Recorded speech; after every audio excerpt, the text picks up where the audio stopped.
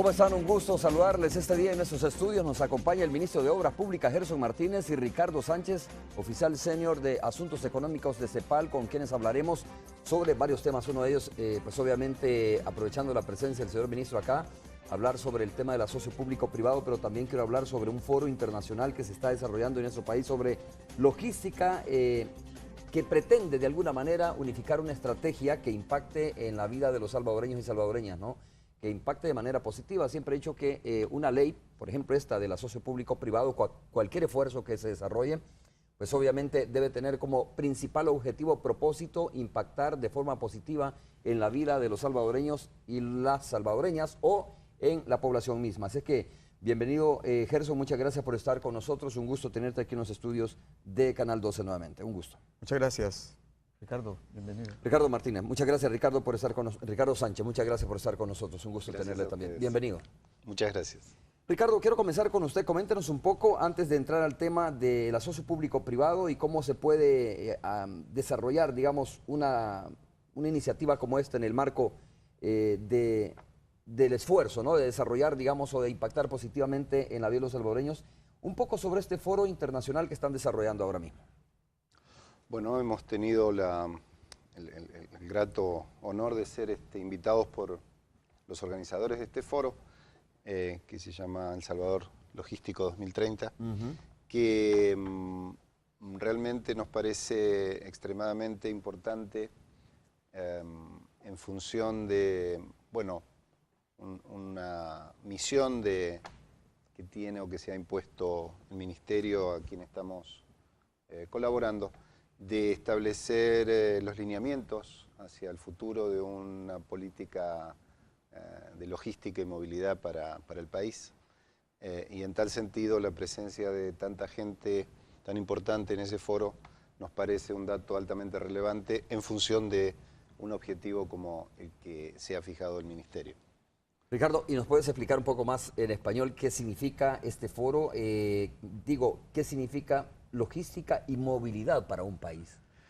Bueno, la logística y la movilidad para un país significa la capacidad de mover de mejor manera las mercancías que un país necesita para su vida cotidiana, para su inserción internacional y para darle movilidad a las personas de manera más eficiente, más segura, más sana, a todas las personas de un país. Esto es algo que en el mundo más avanzado, digamos, se ha establecido como meta en atención a que todas las acciones de movilidad de personas y de cargas, de mercancías, hacen a la vida cotidiana y hacen a que el desarrollo económico y la igualdad en términos sociales se vean favorecidos por este tipo de políticas. ¿Estamos desordenados en esto, ministro? ¿O hemos venido trabajando con esfuerzos aislados, quizás? Bueno, mire, El Salvador, a pesar de los grandes esfuerzos de modernización que se han hecho, de alguna manera todavía el Estado ha sido un Estado de algún modo premoderno.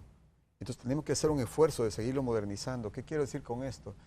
El viejo Estado ha sido una suerte de Estado archipiélago entre el centralismo y la dispersión. Y la política pública también ha estado atomizada. De lo que se trata es de que si tenemos aquí un viceministerio de transporte, tenemos un viceministerio de obra pública que lo que hace es la provisión de servicios de infraestructura vial. Por otro lado tenemos CEPA, la Autoridad Marítima Portuaria, la Autoridad de Aeronáutica Civil, aduanas, migración. Bueno, y todo esto, ¿qué sentido tiene? Están unidos por dos grandes misiones comunes. Una, facilitar la movilidad de la población, de las personas, de la economía. Y dos, facilitar la movilidad de los productos, de la producción, de la cadena de suministros. Aquí, ayer lo decíamos en el foro, nuestros economistas han tratado de buscar la piedra filosofal y buscar cuál es el motor para acelerar el crecimiento en El Salvador. Posiblemente no sea un motor, decía yo ayer, posiblemente sea un conjunto de variables. Y una de esas variables es que El Salvador haga una inflexión, un cambio hacia una estrategia articulada, hacia un haz de política, hacia una estrategia integrada de movilidad, logística, transporte y puertos. Eso no significa volver al anacrónico centralismo.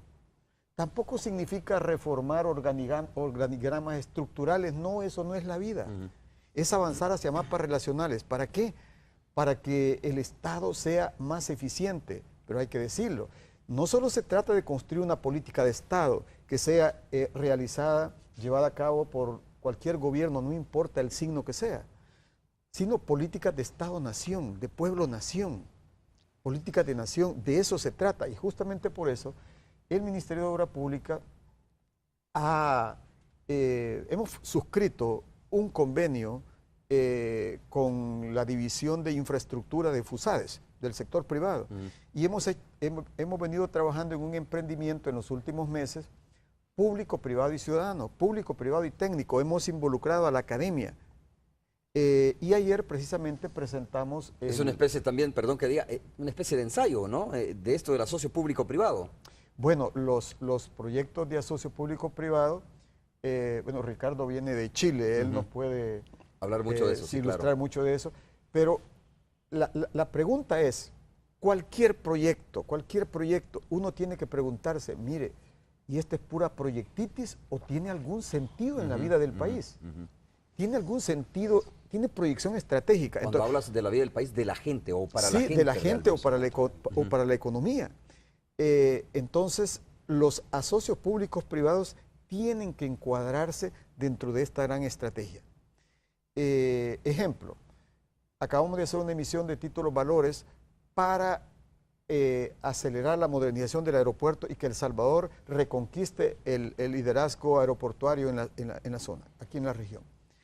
Pero inmediatamente después se necesitan 200 millones de dólares para ampliar el aeropuerto. La pregunta, Ricardo, es ¿cuándo la fiscalidad de un país como el nuestro va a tener líquido 200 millones para ampliar el aeropuerto?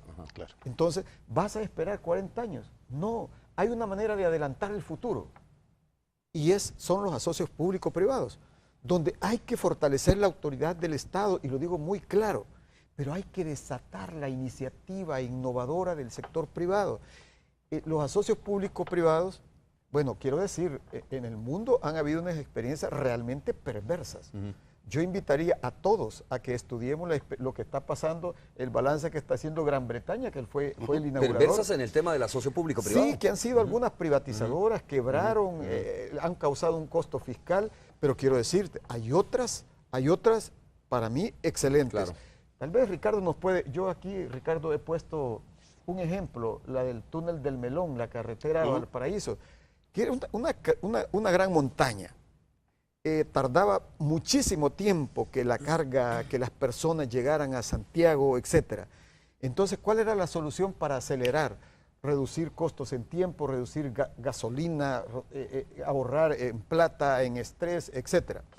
Roturar una gran montaña y hacer una autopista ahí. Entonces, ¿qué hizo el Estado chileno? Hombre, convocó a los inversores. ¿Quién se arriesgaba a roturar esa montaña? Dentro del marco de una ley de asocio público-privado. Exacto, de un proyecto público-privado, de participación público-privada. Entonces, bueno, alguien arriesgó su capital e hizo una autopista preciosa, ¿verdad? De varios carriles, donde hay control de la sensación térmica, de la iluminación, de la tersura de la carretera, de la señalización, de todo. Y eso lo tutela el Estado. Correcto. Entonces, ahora las personas, los seres humanos, allí están ahorrando tiempo, dinero, etc. ¿Eso es bueno o malo? Es muy bueno. Y, por supuesto, que el privado tiene que recibir un retorno de su inversión.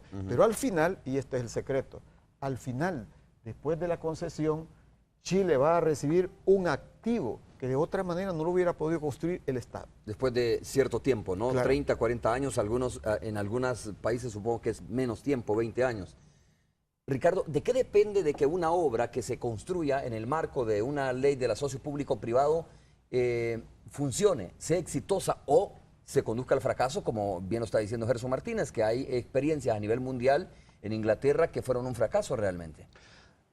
Yo creo que la solución está en atender al mismo tiempo estas dos cuestiones de las que hablaba el ministro.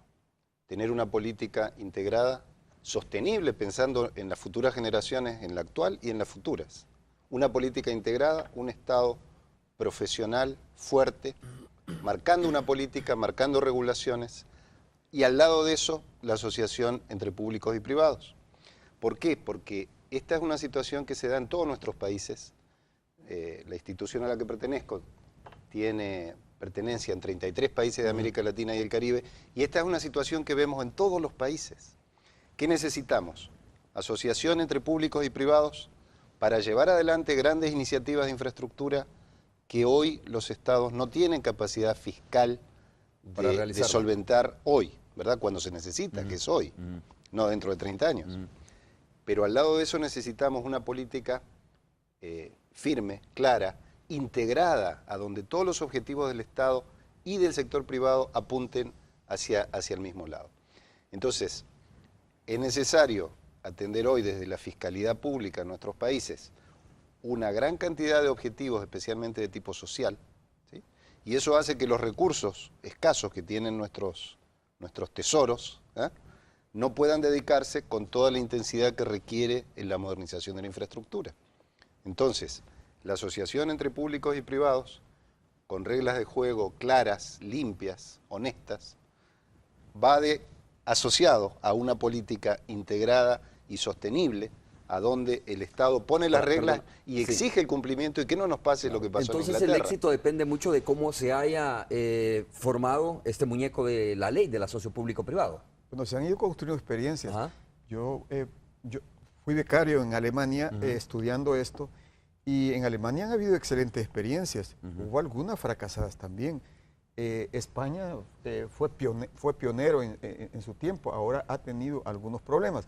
Pero el asunto es que hay que diferenciar entre las experiencias negativas y las positivas. Eso trato de indagar un poco más, ministro, exactamente, ¿no? ¿Cuál es la magia? ¿De qué depende una experiencia negativa o positiva? Si depende de cómo se conformó la ley, se creó la ley, de las garantías, por ejemplo, o de qué depende. Ricardo de que sea puede dar su perspectiva, él es un experto, pero desde mi perspectiva debo decirte que si la pretensión, digamos, en algunas experiencias en el mundo fue enmascarar las privatizaciones antiguas, eso es lo que ha fracasado. Pero si la idea es que un país pueda convocar ahorro externo, capital, inversión, y hacer una rentabilización en beneficio del país,